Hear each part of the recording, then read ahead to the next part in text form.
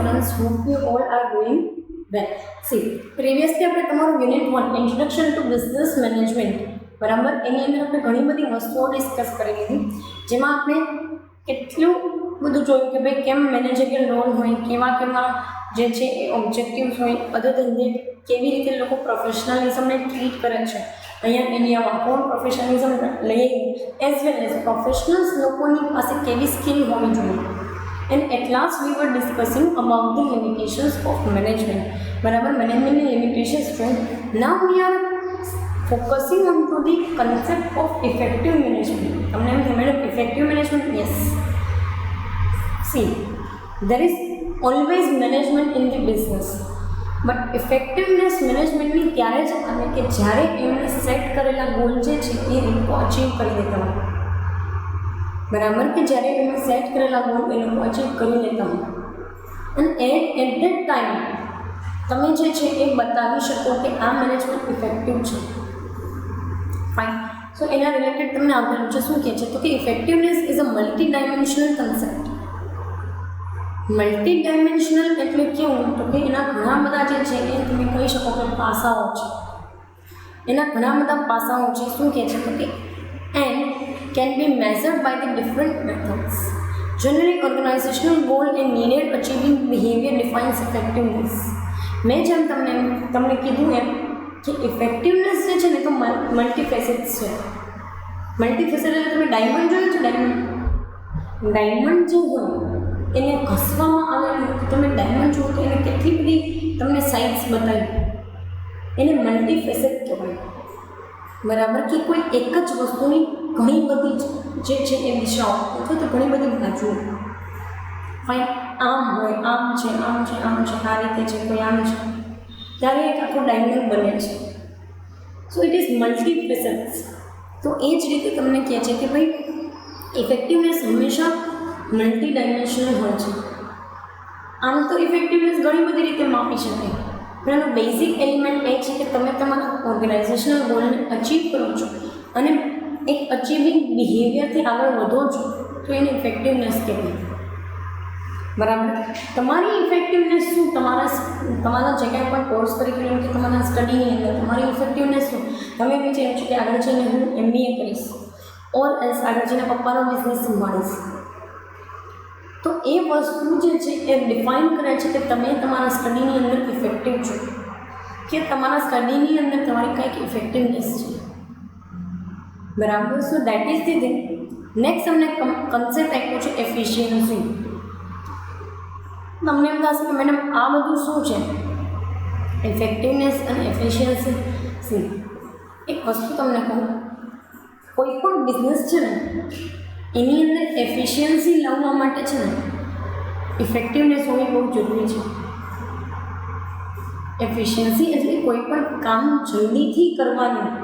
જેટલું તમે જલ્દીથી ઇનપુટ નાખો છો એને કેટલા ટાઈમ પીરિયડ પછી તમને જલ્દીથી આઉટપુટ રિસીવ થાય છે.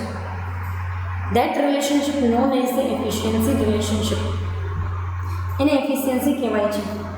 તો ઇફેક્ટિવનેસ કોને કહેવાય તો કે કેટલા એફર્ટ્સ તમે નાખો છો ને that is known as the effectiveness. કારણ કે efficiency it self is the result of effectiveness. જેટલી વધારે કામકાજની અંદર ઇફેક્ટિવનેસ રહેશે ને એટલી જ વધારે એફિશિયન્સી તમને રિસીવ થશે. જોઈ લઈએ શું કે છે in terms of efficiency. Efficiency means relationship between input and output. Efficiency જે છે એ ઇનપુટ અને આઉટપુટ વચ્ચેની રિલેશનશિપ છે અને એનાથી જ એફિશિયન્સી ડિફાઇન થાય. ઇટ મીન્સ માની લો કે હું એક દિવસની અંદર 50 કિલો રો મટીરિયલ યુઝ કરું છું અને 50 કિલોમાંથી એક દિવસની અંદર હું 1200 યુનિટ બનાવું છું, પણ ઓરિજિનલ કેપેસિટી એવી છે કે ભાઈ એ 50 યુનિટમાંથી ઓરિજિનલી 1350 યુનિટ બની શકે છે. તો આનાથી એવું સાબિત થાય કે મારી કોઈ એફિશિયન્સી છે નહીં. બરાબર. બટ જો હું એ 50 કિલો રો મટીરિયલમાંથી ઇફેક્ટિવલી 1355 યુનિટ બનાવું છું, સો that is known as my effectiveness. તો એને મારી એફિશિયન્સી પણ કહી શકાય અને ઇફેક્ટિવનેસ પણ કહી શકાય. ફાઇન. નેક્સ્ટ કહે છે કે it defines how much input resources are required to develop a specific output. એ વસ્તુ ડિફાઇન કરે છે કે તમારે એક સ્પેસિફિક આઉટપુટ લઈ આવવા માટે કેવા ઇનપુટ રિસોર્સિસની જરૂરિયાત પડશે. બરાબર. કારણ કે દરેક બિઝનેસ હોય ને એનો એક ટાર્ગેટ હોય કે મંથલી 10,000 યુનિટ તો બનાવવાના જ છે. કારણ કે એને ખબર હોય કે માર્કેટમાં 10,000 યુનિટ વેચાઈ જશે at the end of the month. બરાબર. તો કહેવાનો મતલબ ખાલી એટલો જ છે કે ભાઈ તમને ખબર છે કે 10,000 યુનિટ બનાવવા માટે તમારે કેટલું ઇનપુટ જોશે. કારણ કે ઘણી વખત છે ને મજૂર લોકોની ઇનએફિશિયન્સી એટલે કે લેબર્સ લોકોની ઇનએફિશિયન્સી ઘણી વખત અમુક બીજા બાહ્ય પરિબળોના લીધે, એક્સટર્નલ ફેક્ટર્સના લીધે તમારાથી એટલું ઇફેક્ટિવ જે છે અથવા તો એટલું એફિશિયન્ટ આઉટપુટ આવતું ન હોય. તમે એક્સપેક્ટ કર્યું છો કે 10,000 યુનિટનું આઉટપુટ આવશે, પણ 9,750 જેટલું આવે છે. ચાલો માની લો તો 250 યુનિટનું તમને જે કાંઈ પણ નુકસાની થાય છે, it shows that effect of external factors somehow internal factors, right? So that is the thing. કારણ કે ઘણી વખત એવી સિચ્યુએશન આવતી હોય છે કંપનીની અંદર કે જેમાં રો મટીરિયલ જે આવ્યો છે ને એમાં ફોલ્ટ નીકળો છો. તમે એમાંથી તો કાંઈ વસ્તુ બનાવવાના નથી, પાછું દઈ દેશો તો હવે એ તમને પાછું મોકલશે તો એ ટાઈમ પીરિયડ માટે વાર લાગે ને, તો એ વસ્તુમાંથી તમને આઉટપુટ જનરેટ ના થાય. Fine. So that is the thing. Next તમને કહે છે કે if output meets the objective which it is mean then efficiency can also be taken as effectiveness. મેં તમને કીધું ને કે efficiency itself is the product or outcome of the effectiveness. જેટલી સારી ઇફેક્ટિવનેસ હશે ને, જેટલા જલ્દીથી તમે ગોલ અચીવ કરતા હશો ને, એટલી જ તમારી એફિશિયન્સી જે છે ને એ વધારે બતાવશે માર્કેટની અંદર. Because it is really needed. એ વસ્તુ બહુ જરૂરી છે. ફાઇન. સો એમ મેનરની અંદર તમને કહે છે કે ભાઈ એફિશિયન્સી જે છે એને તમે ઇફેક્ટિવનેસ તરીકે લઈ શકો છો. ફાઇન. ક્યારે? જ્યારે તમે તમારા દરેક ગોલને અચીવ કરી લેતા હોય in terms of output or in terms of particular organisational goal. Fine. So that is the thing. Next part જોઈએ. તમને કેરેક્ટરિસ્ટિક્સ આપેલા છે ઇફેક્ટિવ મેનેજમેન્ટના. ઇફેક્ટિવ મેનેજમેન્ટના કેરેક્ટરિસ્ટિક્સ આપેલા છે. Let S C.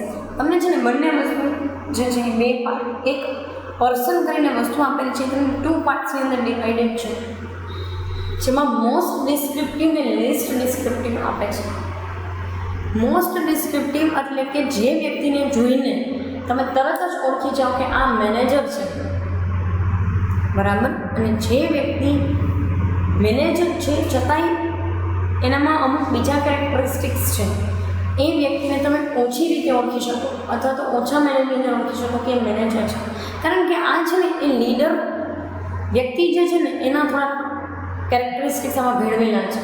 જ્યારે આ તો પ્રોપર મેનેજર જ છે, જેમ એક્ટિવિટીઝને અલાઇન કરે અને એના ઉપરથી ફ્રૂટફુલનેસ લે આવે અને અમુક રિઝલ્ટ્સ લે અને અમુક અચીવ કરે સેટેડ થિંગ્સ, જે તમે પહેલેથી જ સેટ કરીને રાખેલા ગોલ્સ છે એને અચીવ કરે છે. સો ધ થિંગ ઇઝ ધેટ કે પહેલી વસ્તુ જે છે ને તમને ઇફેક્ટિવ મેનેજરના કન્ટેક્સમાં આપેલી છે, એટલે કે જેને જોઈને તમે તરત જ ઓળખી જાઓ કે આ વ્યક્તિ જઈને મેનેજર હશે. બીજું જે છે ને એ તમને થોડા લીડરશિપ કેરેક્ટરિસ્ટિક્સ સાથે આપેલું છે. કારણ કે એ વ્યક્તિ ફ્રેન્ડલી છે, મોડેસ્ટ છે, એ રીતનું બિહેવિયર કરતો હોય છે. એટલે એનો મતલબ એવું નથી કે એનામાં આ ક્વોલિટીઝ ના હોય, આ હોય જ, બટ વધારે આ ક્વોલિટીઝ છે. So most descriptive and least descriptive. પહેલાં મોસ્ટ ડિસ્ક્રિપ્ટિવ ડિસ્કસ કરીએ અને પછી લીસ્ટ. ફાઇન. સી ફર્સ્ટ તમને આપેલું છે ડિસિઝન. એક માણસ એવો કે જે કોઈક ડિસિઝનની અંદર માનતો હોય કે ભાઈ સિચ્યુએશન આવી છે અને તમે ડિસાઇડ કરી રહ્યો છો કે ભાઈ મારે આટલી એક્ટિવિટીઝ કરવી છે. કારણ કે એક છે ને એવું પણ હોય છે કે સાચા સમયે લીધેલા ખોટા નિર્ણયોને કોઈ મહત્ત્વ નથી રહેતું, કે ખોટા સમયે લીધેલા સાચા નિર્ણયોને કોઈ મહત્ત્વ નથી રહેતું. બંને પેરામીટર્સ સમજાવું છું શું કામ નિર્ણય ખોટો બની છે. સી અત્યારે ટાઈમ પીરિયડ જે ચાલે છે એ પ્રમાણે તમે એવું ડિસિઝન લેતા હોય કે ભાઈ માની લો કે મારા બિઝનેસને અત્યારે જરૂરિયાત છે કેટલા, તો કે અપ્રોક્સિમેટલી 50 કરોડ રૂપિયાની, અને તમે એમ કહો છો 50 કરોડની બેંક લોન લઈ લઈએ આપણે. 50 કરોડની corporate loan it's a huge decision, પણ તમે બહુ ઉતાવળે નિર્ણય લઈ લો છો, પછી તમારે એના માટે બહુ બધા પૈસા પે કરવા પડે, તો આ ખોટી વસ્તુ છે. તો એવું પણ ના ચાલે. પણ એક વસ્તુ એ છે કે તમે બહુ ટાઈમ પીરિયડ લગાડો ડિસિઝન લેવામાં, તો એનું કોઈ ઇમ્પોર્ટન્સ ના રહે. ઇટ મીન્સ કે ખોટા સમયે લીધેલા સાચા નિર્ણયનું કોઈ મહત્ત્વ રહેતું નથી. ફાઇન. નેક્સ્ટ તમને આપેલું છે અગ્રેસિવ. હા, એ વસ્તુ લાઈફ લેસન પણ છે. લાઈફ લેસન તરીકે પણ તમે લઈ શકો છો કે ભાઈ ખોટા સમયે લીધેલા સાચા નિર્ણયનું કોઈ મહત્ત્વ રહેતું નથી. કારણ કે એક વખત તમારો સમય જતો રહ્યો ને પછી તમારું ડિસિઝન કદાચ ગમે એટલું સાચું હોય, એનો કોઈ મતલબ નથી હોતો. તમને એક નાનું એવું એક્ઝામ્પલ આપી દઉં. તમારે એનરોલ થવું તો અહીંયા BBA કોર્સની અંદર તમે એનરોલ થાવ છો. હવે તમે બહુ ટાઈમ પીરિયડ લગાડી દો છો વિચારવામાં, અને પછી એટલા એવું થાય છે કે બધી કોલેજીસની અંદર BBA જે છે એ કોર્સ માટેના એડમિશન પ્રોસેસ બંધ થઈ જાય છે. તમે અત્યારે લગી ટાઈમ જ સ્પેન્ડ કરો BCom અને BBA વચ્ચે વિચારવામાં, what to do and what not to do, એમાં ટાઈમ જતો રહ્યો. હવે તમે એમ કહો છો કે મારે BBA નામનો કોર્સ કરવો છે, એડમિશન લેવું છે, બધી એડમિશન પ્રોસેસ બંધ થઈ ગઈ છે. આ શું હતું? તો કે ખોટા સમયે લીધેલો સાચો નિર્ણય છે, એનું કોઈ મહત્ત્વ રહેતું નથી. ફાઇન. શું that is the thing. Next શું કહે છે તો કે સેલ્ફ સ્ટાર્ટિંગ. અગ્રેસિવ એટલે કે એવું હોય કે જે આમ દરેક વસ્તુ જે છે અગ્રેશન વિથ ધી એન્થુઝિયાઝમ કરવા માંગતો હોય, એકદમ ઉત્સાહી હોય ને એકદમ અગ્રેશન એટલે ગુસ્સાવાળો ને પણ કહો તો કે ઝડપથી કામ થઈ જવું જોઈએ અને પરફેક્ટલી થવું જોઈએ. એ જ શું છે અગ્રેશન. પણ ક્યારેક મને એવું લાગે છે કે અગ્રેશનની અંદર લોકો જે છે એ અમુક ખોટા ડિસિઝન્સ પણ લઈ લેતા હોય. પછી બિઝનેસમેન છે કે કોઈ કોમન ઇન્ડિવિજ્યુઅલ હોય છે. ફાઇન. તો એ પણ એક વસ્તુ છે કે ભાઈ મેનેજર હોય ને અગ્રેસિવ હોય ને એટલે તમને તરત જ દેખાઈ આવે, કારણ કે એ બધા લોકોને બધું કામ ચીંધતા હોય કે આ કરી નાખજો, આ કરી નાખજો, પેલી વસ્તુ કરી નાખજો, આ વસ્તુ મને આટલા ટાઈમ પીરિયડમાં જોઈએ છે. ફાઇન. નેક્સ્ટ એને કહે છે સેલ્ફ સ્ટાર્ટિંગ. કોઈ વસ્તુ કામ નથી થતું તો પોતે જ સ્ટાર્ટ કરી દે કામ કરવાનું, આપોઆપ બધા કામ કરશે. ઘણી વખત એવું હોય કે તમારા અપર ઓથોરિટી કામ કરવા માંડે ને તમને શરમ આવે, ના આપણે કામ કરવાનું. તમને મમ્મી પપ્પાએ કામ કાંઈ ચીંધ્યું હોય, તમે બેઠા છો, ટીવી જુઓ છો ને મોબાઈલની અંદર જુઓ છો કોઈ પણ સોશિયલ મીડિયા કે કંઈ પણ વસ્તુ, તમને એમણે 1 વખત કીધું, 2 વખત કીધું, 3 વખત કીધું, છતાંય તમે કામ નથી કરતા ને, એટલે તમારા મધર કે ફાધર જે છે ને એની જાતે કામ કરવા માંડશે. પણ તમને છે ને થોડીક શરમ આવે કે ભાઈ આપણને 3 વાર 4 વાર કીધું, હજી આપણે કામ નથી કરતા, તો અમે કામ કરવા માંડીએ. બરાબર ને? સો ઘણી વખત મેનેજર સેલ્ફ સ્ટાર્ટ કરી દે કોઈ કામ ન થતું હોય, આપોઆપ બધા લેબર્સને એમ્પ્લોઈઝ લોકો જોડાય છે. ફાઇન. પ્રોડક્ટિવિટી. જે વ્યક્તિની ઇનફ પ્રોડક્ટિવિટી હોય, બરાબર, બહુ સારી પ્રોડક્ટિવિટી હોય, ઇટ મીન્સ કે ડે ટુ ડે વર્ક જે છે એ કરવા માટે એબલ હોય. આજે માની લો તમને કોઈ ટાર્ગેટ આપ્યો, ભાઈ તમારે 1 કલાકની અંદર 1 સમ સોલ્વ કરવાનું છે, તમે કરી નાખો છો. સો it is your good productivity. કારણ કે તમને ખબર છે કે આના માટે 1 કલાકથી વધારે ટાઈમ દેવાનો પણ ન રહે. Fine. So that is known as the productivity. કે ભાઈ તમને કીધું છે ટાઈમ પીરિયડમાં તમે ઇનફ અને સારા વેની અંદર પરફેક્ટલી કામ કરી આપો છો. નેક્સ્ટ કે છે વેલ ઇન્ફોર્મ. બરાબર. વેલ ઇન્ફોર્મ એક તો એ વ્યક્તિની પાસે દરેક વસ્તુની ઇન્ફોર્મેશન હોય, બીજું એ બહુ સારો હોય ઇન્ફોર્મેશન ડિલિવર કરવામાં. તમને યાદ હોય તો આપણે એક મેનેજરલ રોલ સ્ટડી કરતા હતા, જેની અંદર એક ઇન્ફોર્મેશનલ રોલ નામનો એક હેડ હતો, જેમાં આપણે એવું જોતા હતા કે ભાઈ મેનેજર છે ને એ એમ્પ્લોઈઝ માટે ડિસેમિનેટરનું કામ કરે, એમ્પ્લોઈઝની ઇન્ફોર્મેશન પહોંચાડવાનું કામ કરે. આવું જોયેલું? ડન છે.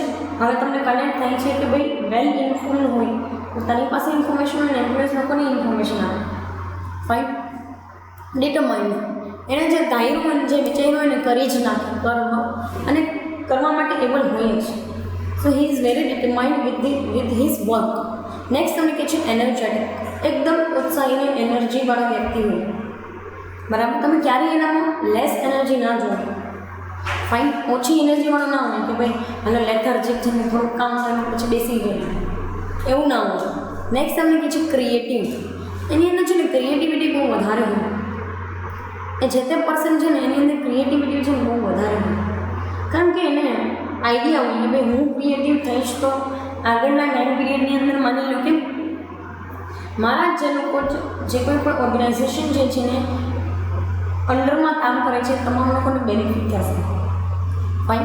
શું ક્રિએટિવ હોય છે, ઇન્ટેલિજન્ટ હોય છે, એટલે એનો મતલબ નથી કે આ લીડરવાળો વ્યક્તિ ઇન્ટેલિજન્ટ એ ઇન્ટેલિજન્ટ હોય જ, but the thing is that કે તમને એને જોઈને થોડુંક ફ્રેન્ડલી લાગે એટલા માટે તમે એને ઓળખી ના શકો. આ ડિસ્ક્રિપ્ટિવ કરાવવાનું ખાલી તાત્પર્ય એટલું છે કે તમે ઓળખી શકો બરાબર કે કયો લીડરશિપ વાળો હોય છે, કયો ધરો બોસશિપ મેન્ટાલિટી વાળો મેનેજર હોય છે. ફાઇન. સો નેક્સ્ટ કે છે કે ઇન્ટેલિજન્ટ બરાબર છે, ઇન્ટેલિજન્ટ હોય, એનું માઇન્ડ બહુ શાર્પ હોય, કેવી રીતે કેમ વસ્તુને અરેન્જ કરવી એને ખબર હોય. ફાઇન. નેક્સ્ટ તમે કહે છે રિસ્પોન્સિબલ. ક્યારેય કંઈક બિઝનેસની અંદર એવી કોઈ સિચ્યુએશન આવે છે તો એ વ્યક્તિ પોતે રિસ્પોન્સિબિલિટી લઈ લે છે કે કાંઈ વાંધો નહીં, ફરી પાછું આપણે આની ઉપર ફોકસ કરીને આને સોલ્વ કરી લઈશું. Fine. This is the thing. Next કે છે એન્ટરપ્રાઇઝિંગ. યસ, એની અંદર એન્ટરપ્રિન્યોરની ક્વોલિટી હોય, જેવો ઓનર હોય ને એવું જ મેનેજરની મેન્ટાલિટી હોય. હું આ કામ કરાવડાવી દઈશ, આ કરાવડાવી દઈશ, મારા આટલા ટાર્ગેટ્સ જે છે અચીવ થશે, જેના લીધે મને તો બેનિફિટ થશે જ, પણ મારા એમ્પ્લોઈઝ લોકોને બેનિફિટ થાય ને, જે લોકો કામ કરે છે એને પણ. Fine. Other than that consumers લોકોને બેનિફિટ થાય, ગવર્મેન્ટને એનાથી સારી એવી જે છે રેવન્યુ જનરેટ થાય ઇન ટર્મ્સ ઓફ ટેક્સ, એ બધી વસ્તુ છે. લાસ્ટ કે છે ક્લિયર થિંકિંગ. ભાઈ આ માણસ છે ને બહુ જ એકદમ ક્લિયર થિંકિંગવાળો હોય, એટલે એવું નથી કે આમ વેબ થિંકિંગવાળો હોય. ક્લિયર થિંકિંગનો ખાલી મિનિંગ એટલો જ છે કે ભાઈ એ જે તે વ્યક્તિ છે એની પાસે દરેક કન્સેપ્ચ્યુઅલ ક્લેરિટી હોય, જે તમે સ્કિલ્સની અંદર જોયું બરાબર. તો એ કન્સેપ્ચ્યુઅલ ક્લેરિટી હોવા પાછળ ખાલી બેઝ એટલો છે કે ભાઈ એ વસ્તુ જે છે એના લીધે મેનેજરને ખબર હોય. ફાઇન. સો આને તમે આસાનીથી ઓળખી શકશો, અને આ લિસ્ટ ડિસ્ક્રિપ્ટિવ છે એને બી જોઈ લઈએ કે ભાઈ એમિકેબલ એવું કહે છે. સી અહીંયા પ્રિન્ટિંગ મિસ્ટેક છે, તમને એમિએબલ આપેલું છે. It's not amiable, it's amicable. AMICABLE amicable. Amicable એટલે કે બહુ ફ્રેન્ડલી બિહેવિયરવાળો. અને આવું છે ને લીડર જ હોય, જે મેનેજર લીડરશિપ ક્વોલિટી ધરાવતો હોય ને એ જ વ્યક્તિ આવો હોય, જેની અંદર આ અમુક ફ્રેન્ડલીનેસ હોય. ફાઇન. અધર દેન દેટ તમને કહે છે નીટ એન્ડ કન્ફર્મિંગ. એટલે કહેવાનો મતલબ એવો છે કે એવો લીડર હોય કે ભાઈ જે વ્યક્તિ પોતે પોતાના કામની અંદર એકદમ ટુ ધી પોઈન્ટ જવાવાળો, અને સાથે સાથે એના જેટલા પણ સબઓર્ડિનેટ્સ છે એને સાથે લઈને ચાલવાવાળો.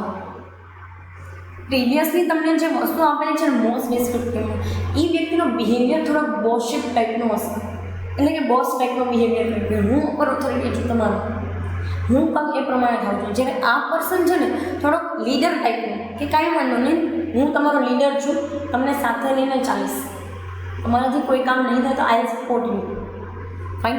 નેક્સ્ટ કે છે રિઝર્વ. દરેક કામની અંદર એ વ્યક્તિ જે છે એ પોતે પોતાની જાતને રાખે છે, અને સાથે જેટલા પણ લોકો જે છે એની સાથે કામ કરે છે એને કોઈ વસ્તુની અંદર પ્રોબ્લેમ થાય તો સોલ્વ કરી આપે બરાબર. તો એ સેન્સની અંદર તમને ક્વોલિટી આપી છે અગ્રીએબલ. હવે ભાઈ જે લીડરવાળો હોય ને એ દરેકના ઓપિનિયન્સ લેવામાં બિલીવ કરતો હોય, એટલે કે જેટલા પણ સબઓર્ડિનેટ્સ છે એના ઓપિનિયન્સ લેશે. પછી હા, સો જો એ વસ્તુ અલગ છે કે ડિસિઝન મેકિંગ હંમેશા એનું જ રહેવાનું છે, નો ડાઉટ અગ્રી થાય છે ને એના ઉપર કામકાજ પણ કરે છે, પણ ડિસિઝન મેકિંગ હંમેશા એના ઉપર જ રહેવાનું છે. ફાઇન. આજે તમારે કોઈ કોર્સ ચૂઝ કરવો છે તો તમે તમારા ફ્રેન્ડ્સનું કન્સલ્ટ કરો છો કે ભાઈ મારે શું કરવું, કે તમારા ફેમિલી મેમ્બર્સને કન્સલ્ટ કરશો, but decision will be yours. તમારે કયા કોર્સની અંદર એનરોલ થવું તમારું ડિસિઝન રહેવું. ફાઇન. સો એ ટાઈપની વસ્તુ છે. 4 કે 5 ક્વોલિટીઝ બાકી છે, આપણે કમિંગ સેશનની અંદર ડિસ્કસ કરશું બરાબર. અત્યારે અહીંયા સુધી રાખીએ. Thank you so much.